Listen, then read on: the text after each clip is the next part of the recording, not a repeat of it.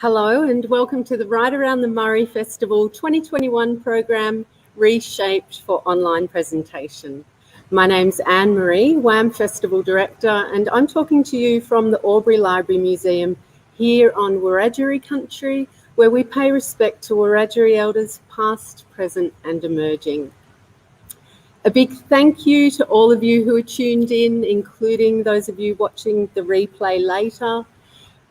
We truly appreciate your support of the Right Around the Murray Festival and of literature and storytelling and the arts more broadly.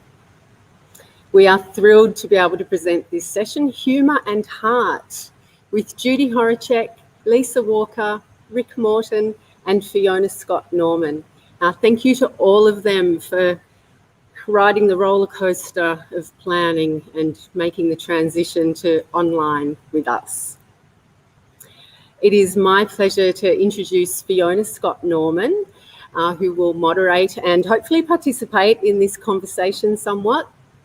Fiona is a writer, performer, director, humorist, and the author of this fabulous book, This Chicken Life. Stories of chickens and the Australians who love them, featuring stunning photography by Alana Rose, an extraordinary amount of fascinating information about chickens, and in particular, the most amazing people you'll be so happy to have met. It's really, it's an inspiring, heartwarming, funny, glorious book. So even if you don't think you're into chickens, you will love it, trust me. Welcome, Fiona. Lovely to have you here.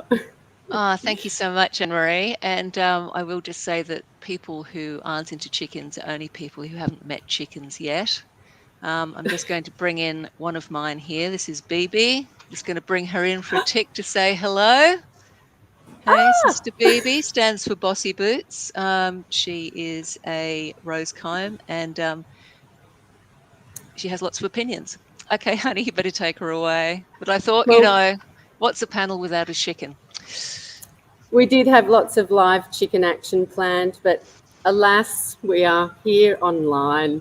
Better than not here at all. Absolutely. Fiona, before I hand over to you to introduce our panel, I just want to remind listeners that they can type questions for the panel at any time using the chat bar on the right side of your screen, just as long as you're logged into Google. And Fiona will come to your questions toward the end of the session. So enjoy the session, everyone. Over to you, Fiona. Thank you so much. Well, welcome everybody to the Right Around the Murray Festival, which is a bright candle of cheer, ideas, kindness and thoughtfulness in the current situation. And I do very much want to say thank you to Anne-Marie for putting together such a splendid thing and for having us all here. I would like to acknowledge the Wurundjeri elders and the Wurundjeri country on which the Right Around the Murray Festival is based in Albury, and I am coming to you today from Footscray in Melbourne, so I will also acknowledge and pay respect to the traditional custodians of Naarm, the Wurundjeri and Bunurong people of the Kulin Nation. So good afternoon. I'm Fiona Scott-Norman, as you've already been told, the panel host for the discussion, which is Humour and Heart. So we are going to be discussing on the panel how we use humour in our writing to unlock warmth and humanity, and thus beguile the reader, make them laugh and fill them with enough dopamine that they will buy more of our books. Did I just say that out loud? For all of the writers on this panel, humour is a significant tool in our writing kit bag, and we use it in different ways to connect with our readers and bring heart to our writing. And what I'm hoping for is tears, laughter, joy and pain this afternoon, so no pressure. Okay, Rick. In terms of introductions, Anne-Marie did give you a very nice introduction about me, but I will say that I've always employed comedy as a tool. I used to do stand-up. I've contributed a satire column to the Big Issue for about 12 years now. And this chicken life indeed is one of my proudest achievements. And that's very indicative. It's a heartwarming book where I use humour to draw the reader into an understanding that chickens and humans form emotional bonds and that chalks have the capacity to change our lives. So now to the panel. Firstly, Lisa Walker. Lisa thinks of herself as a serious person who likes to write funny. And she's known for her quirky fiction for adults and young adults, and her novels include Sex, Lies, Bonsai, and Melt, which is a romantic comedy about climate change. Love that. And of late, Lisa has been lauded as a practitioner of sunshine noir with her 2 Olivia Grace mystery titles, The Girl with the Gold Bikini and the just-released sequel, Trouble Is My Business. And Lisa has also tried stand-up the once. Yeah, never to be repeated. Not so much your bag. Still recovering. I think it was about 10 years ago. Oh, yeah. Yeah. A lot depends on that first gig. Rick Morton is an award-winning journalist and the author of 2 memoirs, 100 Years of Dirt and My Year of Living Vulnerably. Rick used to work as the social affairs writer for The Australian and is now the senior reporter for the Saturday paper, which I would call quite a pivot, and the commentator on the drum. It's like, woo, all right. Yeah, I like to keep people guessing. Yeah, don't you? Does anyone at The Australian still talk to you? Is that good? A couple. Most of the good ones left. So it's true. Not that I'm including myself in that. That's fine. No, I used to write for the arts pages. It's all right. You know, great arts pages. They like long words and they pay well. Used to pay well. Yeah. Used to pay well. Got it. Look, you are also, I've said, a voracious, sad, funny tweeter. And if you haven't followed Rick on Twitter, you're missing out. I highly recommend it. And his memoirs are a masterclass in unpacking dark themes such as complex PTSD, intergenerational trauma, poverty, addiction, and mental health and loneliness. And yet funny. Honestly, I can't separate the two. Yeah, right. Yeah. One or the other. And finally, Judy Horacek. One of Australia's most loved and acclaimed and admired cartoonists, certainly around these parts. She also is a writer and writes and illustrates children's books, and also a artist and etcher. Is it etching? Well, printmaker, but not the greatest printmaker. But I love doing it. It's fun. Who says we have to be the best? Exactly. Yes. So she's had 10 collections of her whimsical yet pointy cartoons, and I believe 10 children's books to your name as well, including the iconic Where is the Green Sheep with Men Fox, which we will bring in because people do love it. We also, and this is a bit of a window into the behind the scenes of our lives, Judy, we do swim together on weekends. In very, very cold water. In very, very cold water in the bay in Melbourne, where what was the coldest we got to? 9 degrees or something, wasn't it? 9.9, I think, degrees in the water. And our group is called the Screamers because it hurts. It hurts to go into 9.9 degree water. That's what we do when we get in the water. Yes, Judy's sort of ambition as a cartoonist over 30 years of cartooning was to solve the world's problems through cartoons. So I'm wondering how that's worked out. And I nearly did stand up, Fiona. Don't forget that. I nearly was in the 2020 Comedy Festival with my stand-up show, but I picked the wrong year to pivot to doing public performances. That is true. I was thinking maybe calling it stand-up would have been a little bit of a stretch, but certainly. Well, I was just fitting in with the theme. I just want to play. I love that. Yes, but you were going to be doing a. I was going to, and it would have been standing up. you would have been standing up, and there was going to be your slides, it was going to be your cartoons. It was Fiona was going to direct it, and see, she's already telling me it wasn't stand up. Take that hat off, Fiona. Just go with it. Sorry. So welcome everybody, viewers, listeners, catch-ups. The discussion will run until 15 minutes before the end of the session, where we'll get to the questions, Q&A. Although if you have questions, and of course we would love you to have questions, we'll, see how we go. They might be perfect, and I will bring them into the fray.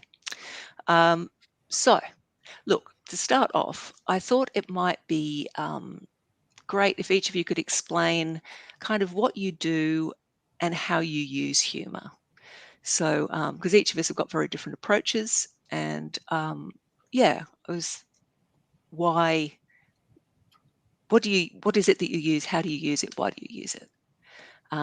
So, Judy, do you want to go first? Okay. Well, no, I don't want to go first, but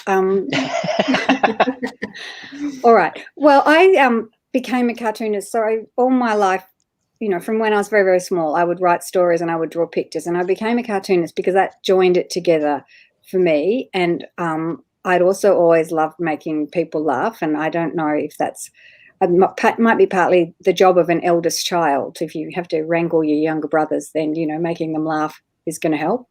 That's just a theory I had recently. I don't know if it's true or not. But and I also, when I became a cartoonist, at that time I said it was a political awakening for me. I became interested in feminism and the environment, and in having my say about those things. And the important thing was, I don't think my politics changed that much, but what changed for me was the desire to have a say about it. And cartooning and the use of humour is a very palatable, very effective way of putting quite a complex message across in a way that, hopefully people will approach unguardedly and openly, and then maybe you can change people's minds rather than just berating them. So I have, and it is amazing making people laugh. Like, that is just such a joy to do.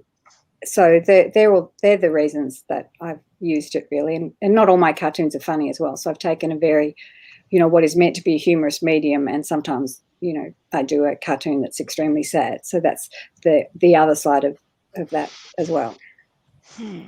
But then you could say that sadness is part of the palette of humour, though. Yeah. Isn't it? That kind of connective place where you feel where there is a vulnerability there, where you, like, melancholy has kind of got a slightly humorous tinge to it sometimes as we engage with that. It sounds very, very wise.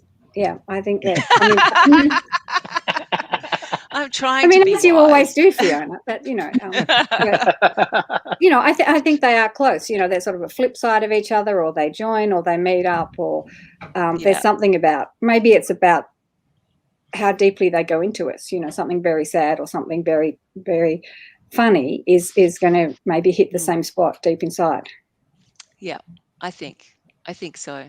And also perhaps the idea of a cartoon having that, because it's in the form of a cartoon, people read it in a certain way, because they go, oh, this is meant to be funny, therefore I will open myself up to that access. Yeah, no, I agree with that completely. And then you trick them. Yes, and then it's like, bam, I've made you feel something. Yeah, Lisa, what about you? Yeah, so I write for adults and young adults fiction. And so I started off writing romantic comedies pretty much for adults, and then segued more recently into writing for young adults, and particularly young adult mystery. And I've always written in a comedic kind of voice, and I'm not quite sure why that is, but I think it's partly to do with just keeping myself amused while I'm writing, because, writing a novel takes a long time, and if I have a little chuckle every now and again, it's quite helpful to the process.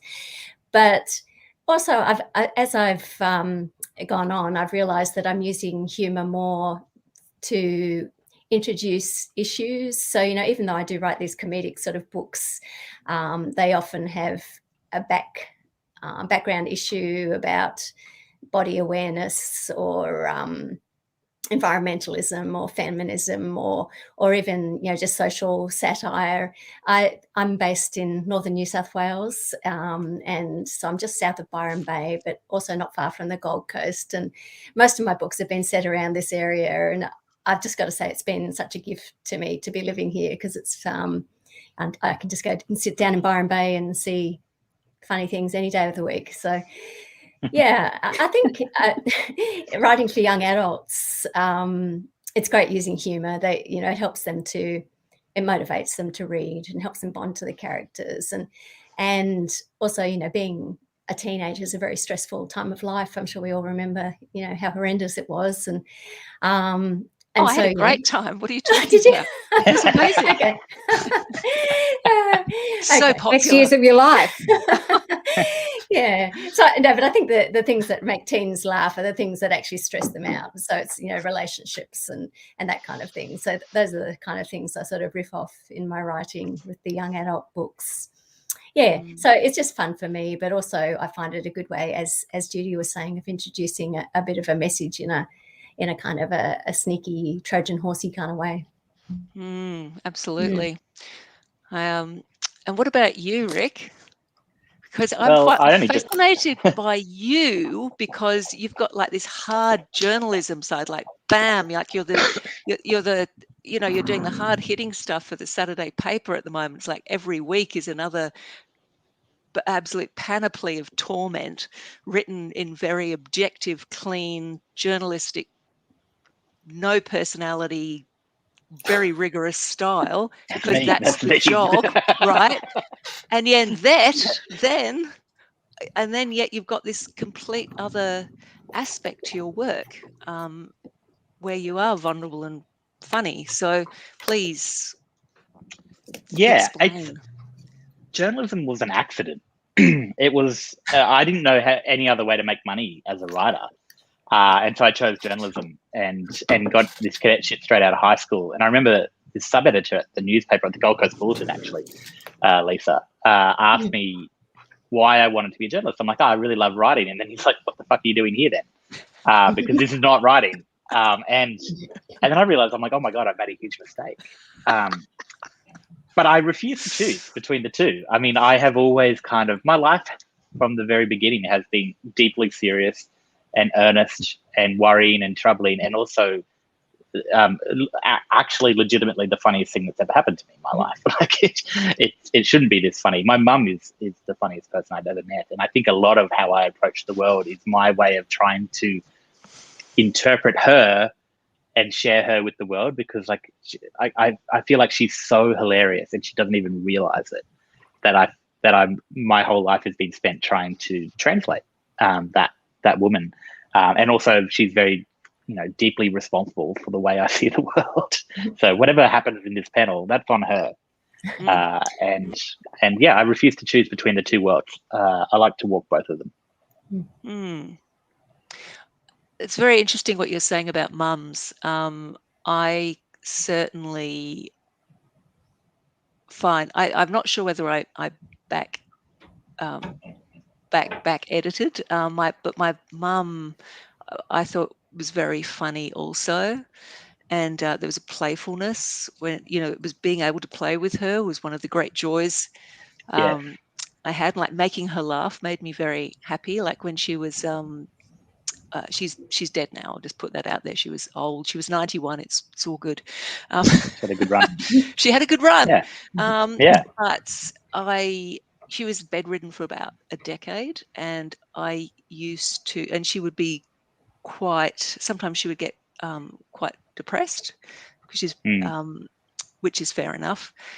But she'd had this, she'd had a time when she almost died. She had heart failure, and we thought that was it. And I remember flying up, and she was, as always, when she had a near-death experience until the very last one, was fine, and was sitting there with a cup of tea. But I was going, what's going on? And she said, well, she said, look, you know, everyone, this doctor came up and he said to me, he was German, and he said, you know, the others will not tell you. No one will tell you this, but I will tell you, you are dying. And she said, well, no German's going to tell an English woman she's dying. And I said to him, I think you'll find that you're wrong. And she survived. And I'm sure it was just sheer force of will and bloody mindedness. And honestly, spite is a powerful driver sometimes, isn't it though? And I said to her, you whenever she gets sad, I'd say, well, it's your choice, you could have died. And she'd be going, fair enough. And then I would relate so much to this. Right. And then I would say, I would offer her the tontine solution, and I would mime tiptoeing towards the bed with a pillow. And she would just be, she would just start laughing. Stop it. Anyway, I think my mother might be watching this, so I just like to say, Mum, that's not going to be my way. Okay, like, we're not going to have the pillow mime, and hi, Dad, too. Don't worry, you're all fine. And Fiona, she has good points as well, honestly. And mother died of natural causes in the end, didn't she, Fiona? Reassure us. Yeah. Was there an inquest, I guess, is what we need to know now. Oh, yeah, there really didn't need to be an inquest. Yeah, okay. Well, you would say that, wouldn't you? But I would, you're quite right. But yeah, I mean, it's that thing though. It's sort of like there's a real I sort of like one of the things I was wondering about is whether the way we approach humour in our writing or the way we use humour as a tool, and especially if we're using it in a warm way, depends on our experience with how humour was used in our lives when we were younger, or like our experience of it. And certainly, Rick, your experience with your mum seems to make sense. But I remember I was quite a lonely child, not popular, Lisa. Just thought I'd, pop that out. Really not popular at school. In fact, least popular person at the largest mixed boarding school in Europe, in England. No problem. It's all fine. I'm sorted. But when I was young, only child, lonely, and I had an uncle, Uncle Fred, and he was the jokester. He was the funny guy. He used to be a entertainer at one of those clubs, like Butlins in England, the holiday camps. And he used to tell me jokes like, I'd tell you the story about the pencil, but there's no point to it. Or I'd tell you the story about the butter, but you better not spread it. And then I'd go off and try and think of my own. And I went up to him and went, I'll tell you the story about the fire, but it's not lit yet. And he went, you made that up, didn't you? And I'm like, damn. But he was funny, and I felt seen and I felt loved. And I've really identified that as a point in my life where humour came to mean something to me, where I went, this is important. Like, this is a way of sharing warmth and showing love. So it had a really, I think that was a point where I really started pursuing it. And also there was the intellectual thing of trying to work out the jokes, which is great. But, and I was just sort of wondering with all of you, like, was there a point, or how is it that humour kind of has landed for you in your past? Like, when did humour come to you, and what did it mean? So, Lisa, do you have anything to speak to for that? Or yeah, I came to Australia from Fiji when I was, I think, 8 years old, and I guess that was a fairly shocking experience, after being brought up in such a small community in Fiji and then landing in Sydney, and it was the opposite of that. And I think maybe that was when it started, is the idea that, what if someone just parachutes into a place like that, and you're looking around you and you're going, wow, this place is so crazy. And that's probably when I started thinking in terms of humour. But I have, just speaking to the family angle, certainly there are always little in-jokes in our family. And I notice that now when I go for a walk in the afternoon with my son, we make ourselves laugh. Yeah, it's little in-jokes in the family.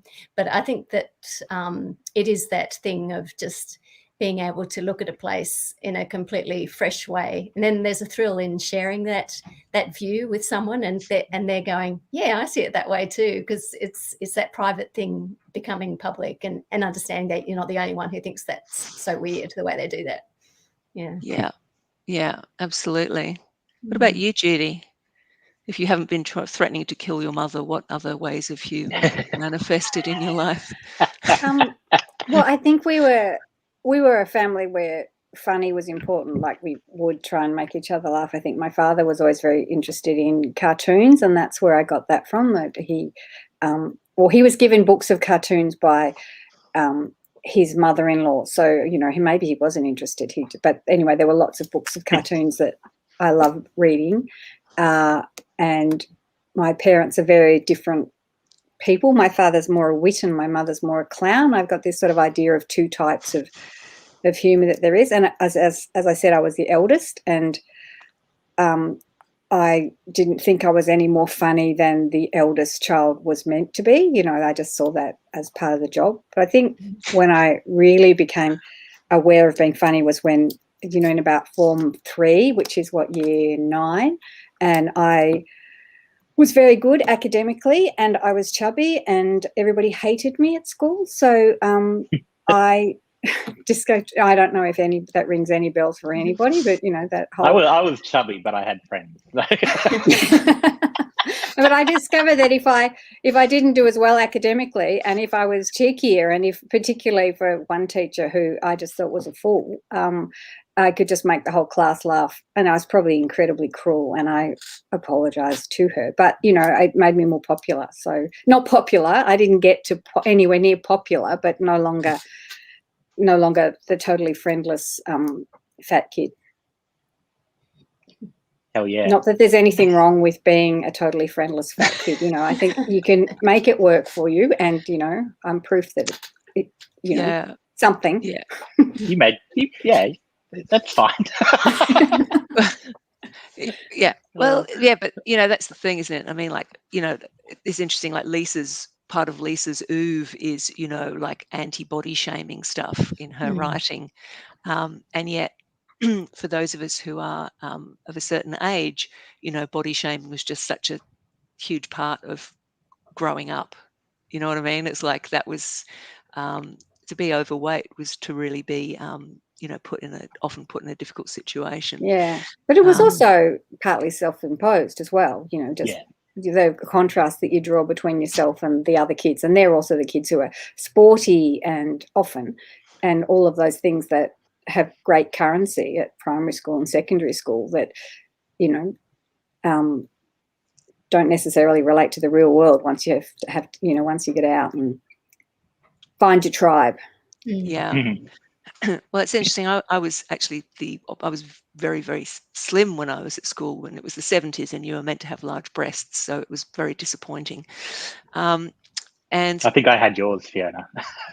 There we go. And I was meant to. I was. Well, you can't really tell now because but I'm a sort of a redhead by choice, and people often say to me, "Oh, well, no wonder you were bullied at school." And it's like, no. I had brown hair then. I was bullied for my personality.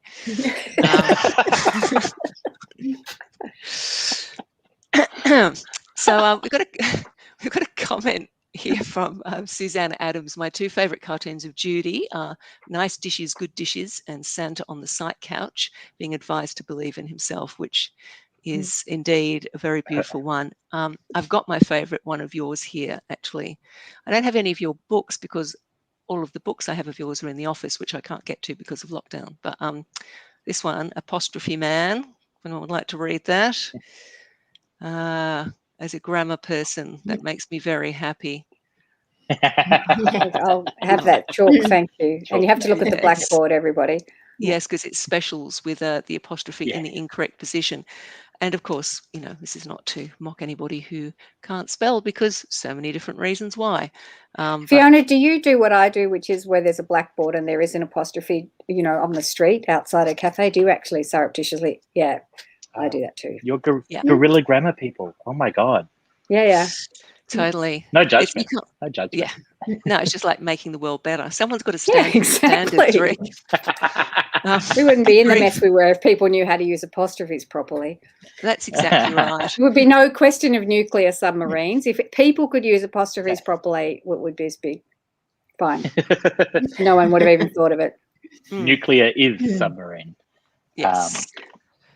Look, let's not let the real life in here just yet. Can I tell you a theory though about that I see if Rick and Lisa agree, and you, Fiona, for a cartoon that I have, which is Father Christmas on a psychiatrist's couch or a therapist, and the therapist is saying, doesn't matter what other people think, the important thing is that you believe in yourself.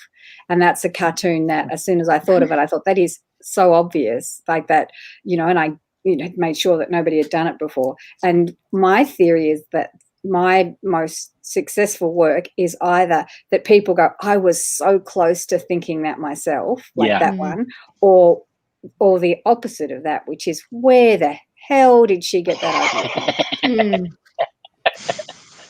I find that like the trick to writing, right? Like everyone wants to be the writer that says that one thing that everyone thinks, but hasn't actually been able to articulate. And I think I've done it twice in my entire career, but when you pull it off, and I only know that because people have sent me emails saying, holy shit, like this is something that I think about, but I never knew was a thing. It's like the casual way. I've only done it twice. Yeah.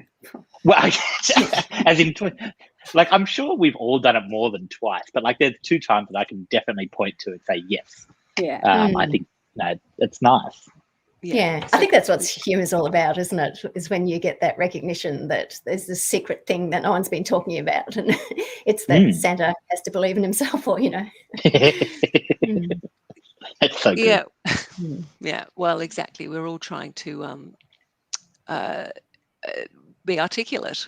I know it just slight segue as a DJ. The trick is to, if you can, when you pop the next track on, if people are both going, when they just go, yes, this is exactly what I wanted to hear, but I didn't know it until I heard it. Yeah. It's like read the room. Read the room, which is, of course, always what we're trying to do as writers as well. I guess something has got, comments coming in here, the way something is expressed helps us to laugh at our miseries. And I'm wondering, I'm sort of wondering in terms of the way we write, if, yes, that is a great thing to do, but is it also, when we're writing, a way of helping people to actually pay attention to the difficult things? Because I think in some ways humour can be a real spoonful of sugar to help the medicine go down. And, you've got, Lisa, you're looking at, you've got social satire going on, you're paying attention to, some of the terrible things that are happening in your area, ecotourism, et cetera, put that in inverted commas sometimes. And, the rampant way that things are being developed, the state of the planet. I mean, both Judy and Lisa, you're both very involved in, standing for feminism and the environment, which is interesting. There's a real overlap between, what you two are interested in. And and Rick, with you, it's sort of like in your memoirs, it's like you're using humor alongside just like some really, dark and intimate personal stuff. And I'm very curious about that in particular with you, Rick, because I can kind of see, like, if you kind of make feminism funny, then people are kind of like, they're going to be more on board. But with memoir, it's actually making yourself really vulnerable. And I'm wondering, is humor something that allows you to do that? Does it make it easier for you, or is it a way of making it easier for the reader to read? I think I do it for the reader.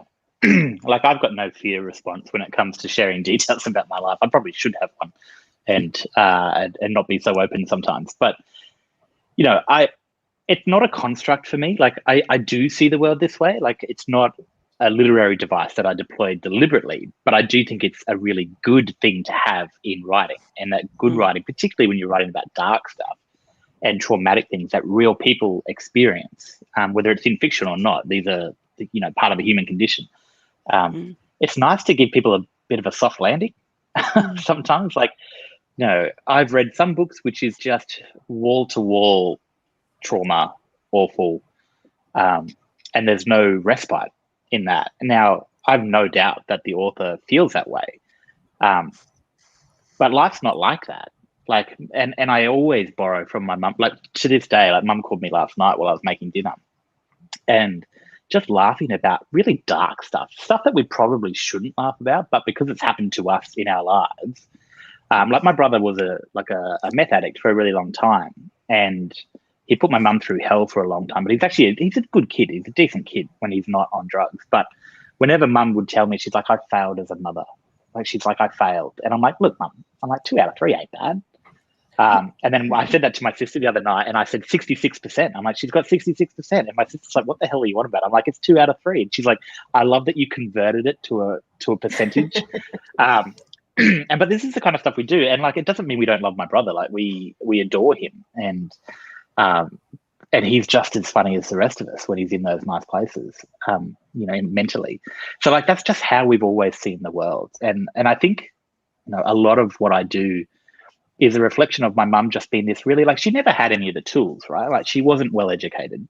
She wasn't she read, but she wasn't a reader of the classics and all of these things that snooty people would tell you that you need to read. But she was so curious about the world, and found nature funny and interesting. She's got chickens, Fiona, who I love. I know. And yeah. And like, the best story is, like, she told me this amazing story, actually. Sorry, I'm rambling. I'll be really quick. But she's got a really tiny game hen called Pearl, who's the adopted mother of all of these other chickens who are now twice her size, 3 times her size.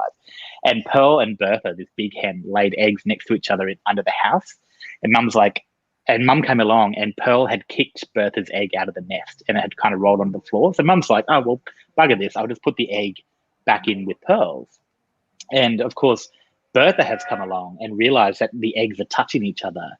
And so Bertha just ate Pearl's egg, like, just ate it, and was running around the yard with yolk coming out of her mouth. And Mum had got vertigo like a few days before. And so she's like, I couldn't fucking stop her because, like, the world was spinning. So she's just like, Bertha. And then Bertha had apparently gone in there to lay a second egg for that day, but had forgot when she saw that she needed to eat Pearl's egg. And while she was running around with yolk dripping out of her face, like, just dropped her own egg onto the concrete, and it splattered all over the place. And I'm just like, this is horrific. And apparently chickens shouldn't eat other eggs. That's bad. So Mum was like very nervous about this whole thing. But like, life's stupid. And so we just talk about stuff like that all the time and like piss ourselves laughing. Because otherwise life is painful and difficult. Yeah, exactly. And I mean, Judy, would you say it's part of our jobs to make life less painful and difficult, or are you trying to provoke people into taking life more seriously with your cartoons? Can I say both? Yes. I mean, a lot of my cartoons are in the area of you have to laugh or you'll cry. That's especially trying to make a joke about domestic violence. It's not, they're not sort of funny. So that sort of wry laugh of, oh, this is what we're up against, this is what we're doing, this is the way the world is, and laughing, I suppose, is a way of saying, but we're still going, we are still keeping going. We're not just going to lie down and take this. So that's certainly a very important part of the work that I've done in cartooning. And what was the second part of the question? Oh gosh, what's the second option? Well, it was like, are you trying to make it easier, or trying to get people to take the world more seriously through your cartoons? Because I do think it's both. I'm trying to make it easier for people to recognize themselves in my cartoons and go, oh, it's not just me. A lot of people. I did a cartoon once that had a knight in shining armor and this. 2 women, and one saying, well, what on earth is that? And the other one saying, oh, that's just a dodgy bit of my subconscious. And I've heard stories of from therapists where they say, my patient came in and with that cartoon and said, this is my problem. So, something like that helps somebody sort of articulate something or say, oh, it's not just my weakness, it's not just my failure. So that's I think that's an important part of it too. But also there's a way where you are revealing to somebody who doesn't have that experience and say, well, hey, here's this thing in the world. And, hopefully some people have looked at my cartoons and got an understanding of what it is to be the other person, the underdog, the one in the weaker position, even if, even when that's not them. Yeah, and I think there's something to be said for, we talk in comedy about the idea of punching up or punching down. And so when you punch up, you're making jokes or drawing attention to the powerful or the people with the power. And when you punch down, that's kind of bad comedy, because what you're doing is you're punishing or making fun of people who are weaker or who have less power. But it also seems to be a way of, really drawing attention to, it seems to be the tool of the weak in a way, like those who are less, those who are weaker use humor as a way to kind of bring people on side, or, or make people like them, or, it's a wonderful tool. And I was just thinking, Lisa, like with Olivia Grace, a teenage PI who is, cracking all of the crimes in the Gold Coast and fulfilling her desire to be a PI against the wishes of society, and what is appropriate. And she's certainly not a weak character at all. She's a very strong character, and she stands for herself and she turns up for herself. And yet she's quite hard on herself. And it feels like the humor is a way of, I don't know, us being allowed to be in the space with her, like hating herself a bit, but because it's funny, it's kind of okay. We know she's going to be all right. What do you think about that? Yeah, look, I think it is a way of making her relatable, yeah, because if she was just this amazing PI who was super confident and achieving things all the time, perhaps we wouldn't be so into her. And I think I always write characters who have a lot of self-talk going on, and maybe I have a lot of self-talk going on. You've always got this voice saying, oh, that was a bit shit, or, really, you're going to do that? And so Olivia's a bit like that. And in fact, in the most recent book, she actually has this kind of alter ego who is her more feisty and heroic side, who's trying to get her to do all these amazing things, like go out in a green bikini, which she would never wear, or just whatever it might be, go down to Byron Bay and start investigating her friend's disappearance, whereas Olivia's like, no, I need to stay home and study law and, look after my sister. But she's got this alter ego who's saying, get out there and do that. And yeah, so I think that's where a lot of the humor comes from, is that internal voice, which is kind of slightly externalized in this book as an alter ego. But yeah, I think I have a lot of internal voice, and it's a matter of trying to shut up one voice. But when you actually, when you actually voice that internal voice, it can be quite a funny thing to do.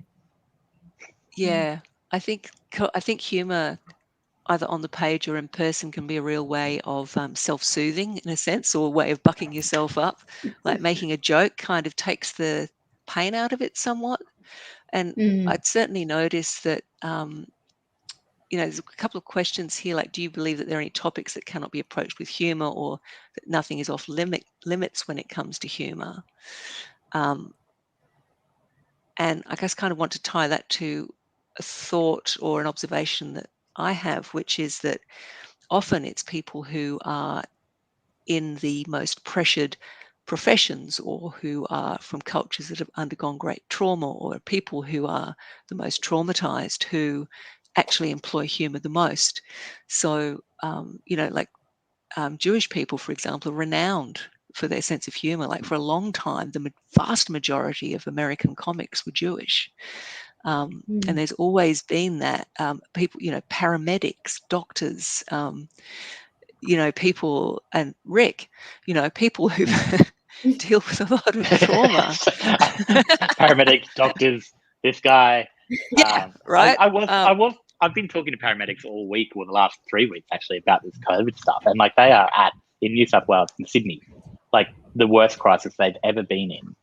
And like, if we listen back to the 1.5 hour tape that I had with this one paramedic who I can't name, like, it is filled with laughter.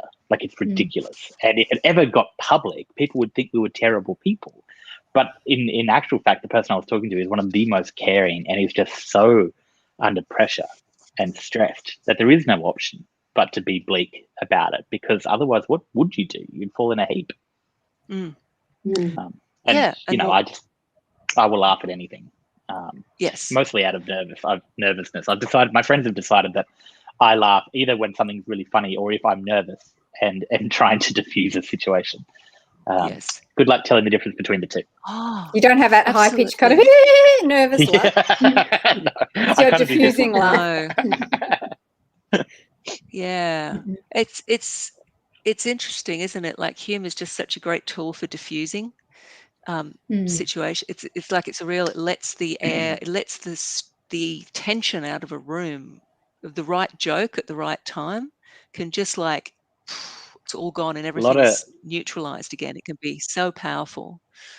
A lot of kids from divorced families. Yeah. Hilarious. Me and my mates joke about that all the time. I mean, I think that's partly why I decided to try and use humour back towards Mum, because, you know, she was under stress. So I wanted to keep her happy and make her happy, but also before they divorced, like when they were fighting and stuff like that, my parents, it was my job to dance around and make them stop. Yeah. My dad was very shouty. So, yeah. The only way I could, because Mum, you know, when we were young and Mum was doing it on her own, like, she's the loveliest and the best mother, but she was also under so much pressure that she was also prone to these just screaming outbursts, right? Where, like, at one point she chucked my entire bedroom out onto the lawn, which, you know, ordinarily if you saw that in other families, you'd be like, oh, that's not great or ideal. Whereas it was just like, Mum's obviously at her at the end of her tether. But, like, when she got really barred up, she would sometimes just mix her words. And I remember once her shouting at me from across the kitchen, just going, if your grandfather was alive today, he'd be rolling in his grave. And I just looked at her, I'm like, would he now?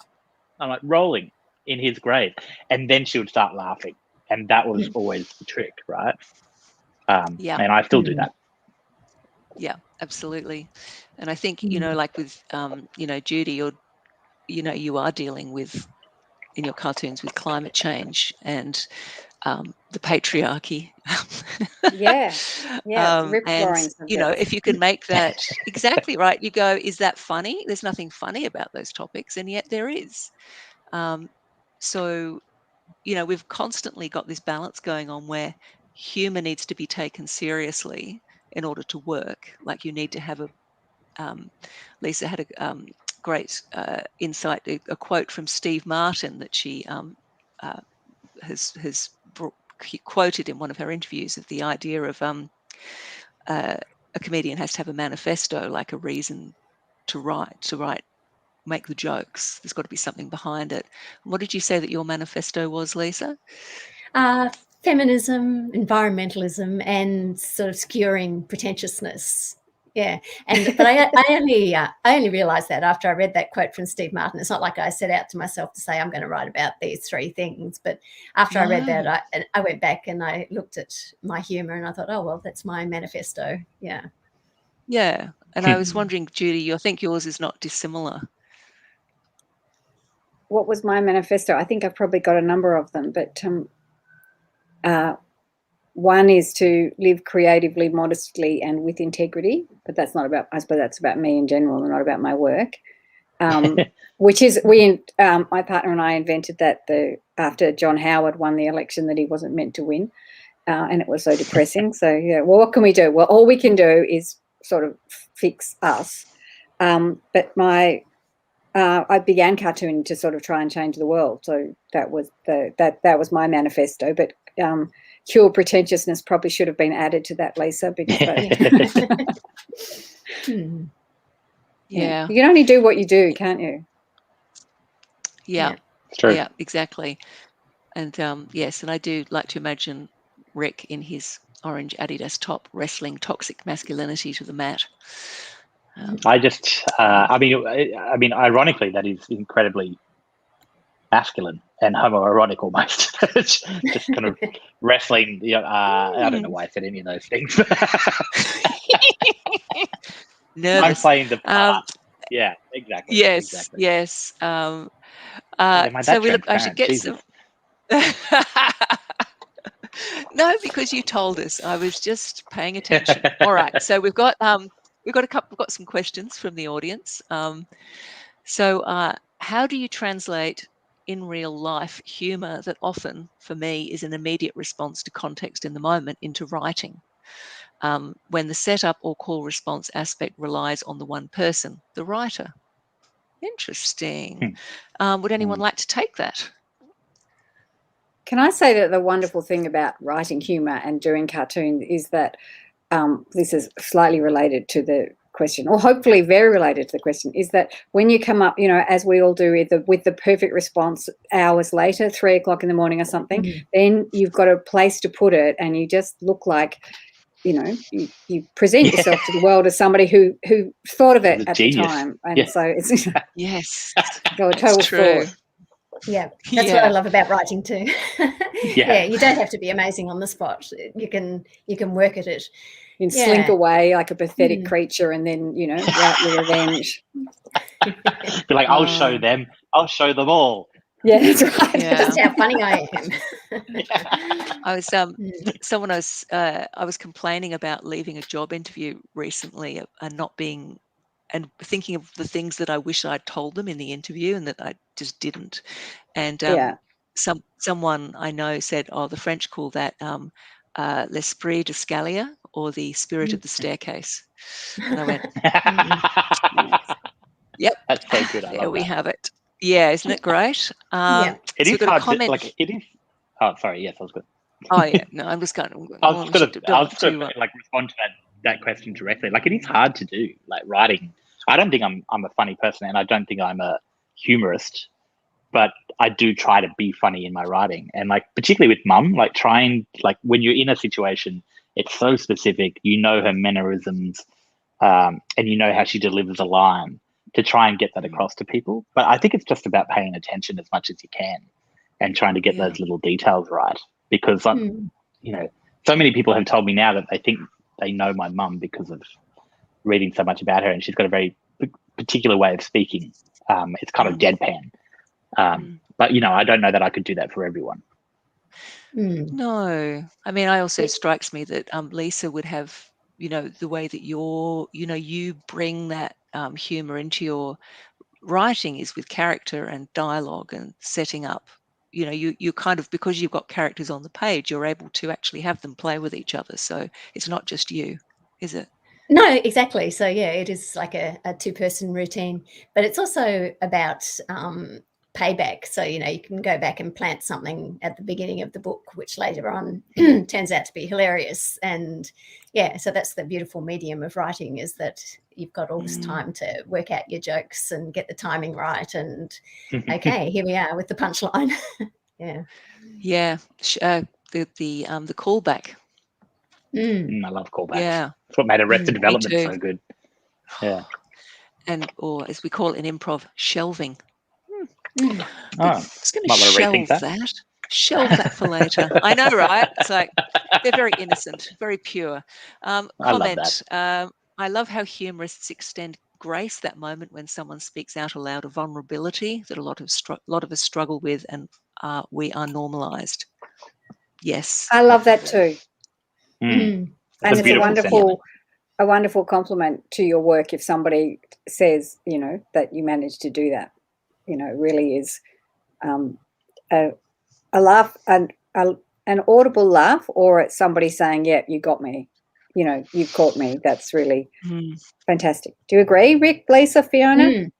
I'm not on a limb here, am I? No. Best thing ever. Yeah. Yeah. When you get that right. But I think it's also often, I think using humor allows you to go darker or more vulnerable, because then the reader can trust you. They know they're going to be okay if you've made the right kind of joke, or you've got the kind of like a warm, funny voice. They go, "Oh, I'm in safe hands." So then you can go even further, because laughter is a way of creating community in a way, we open ourselves up. You know, like if we laugh, we expose our breasts, our chests, our neck. You know, we're very open. And so evolutionarily, humour is a way that we are exposing ourselves and connecting, making ourselves vulnerable to other people. So I think that there's when that vulnerability is expressed, then we can see ourselves in that other person, acknowledge that we feel the same, and also feel safe in doing so. Boom, mic drop. Okay, and we're out. All right. Question. I think the best tragedies also have humour, like Muriel's wedding. Simple. Do you agree or not agree? Yeah, sure. Yeah. Great, good. Likewise, well, that was Shakespeare, wasn't it? You know, Yeah. he always had Shakespeare always had clowns and things. Oh yeah, yeah, no, absolutely. And like Chekhov's plays, like someone once said to me, like when you're reading Chekhov's plays, the trick is to realize that none of the characters are speaking to the right person, and like that's just inherently funny. Yeah. Well, we're very much coming to the end of our time, which is incredible. We've got a couple of comments here, mainly people begging Judy to reprint her cartoons. So that's nice. Re-release the book. That is nice. Re-release the book. It's kind of not up to me, though. You know, it's not. I don't have the capital to, you know, get the work out there. But thank you very much for that, and I do my best to get things back in print or keep them in print. Or people don't buy many cartoons. They sell a bit better than poetry, but not as well as Rick Morton's books, for example. You know? Not as well as tell-all tragic memoirs with humour. It's quite I'll leave embarrassing. the pictures out. That'll be better. Or maybe we should joint venture, Judy. Yeah, you can. well, let's do that. Yeah. This is what I'm hearing. Horacek illustrates Morton. The illustrated I thought it was going to be Morton illustrates Horacek. That would be funny. That would be the end of your career. So yeah, for Judy, making people laugh is affirming for the person telling the joke. Thank you so much for your cartoons, as enabling people to laugh is also a gift to those people. Oh, thank you. That is very nice. I've And screenshot these comments, by the way. Yes, please do. Yes, too. We've all got to have our little file marked tire. I screenshot the chicken. I screenshot the chicken at the start. I'm going to send that to my mum, obviously. Yes. Well, Sister BB is a good chicken. And I should say that, look, I guess I will say thank you to all of you for coming, for being here on this panel. I feel like I made it happen. I didn't make it happen. Thanks to Anne-Marie Ellis from Right Around the Murray, who's convened all these wonderful events and for making sure that this happened despite the difficulties that we have and put up with us. And so thank you very much to you all for being amazing. It's been such fun. And I do want to make sure that everybody knows that you can buy our books at the Albury Dimmocks. If you are in the region, they will deliver for free, and they are also click and collect. And I've got signed copies there. I don't know about the rest of you. I went through great effort in the time of COVID. Can you just go find some for me? That'd be great. I know. I also have some at the Albury Library, where I have an exhibition currently, which you can look at online. What's that? What's it called, Judy, the exhibition? The exhibition's called Bird's Eye View, and it's my cartoons and children's books and some prints as well. So, and you can look at it virtually because Albury's, I think, just gone into lockdown again. But you know, it's on until the end of October, so hopefully we can all get up there and see it. So I think we're just about out. Also, go to Redbubble. You can get Judy's stuff on there. Mugs is a good way to get a cartoon.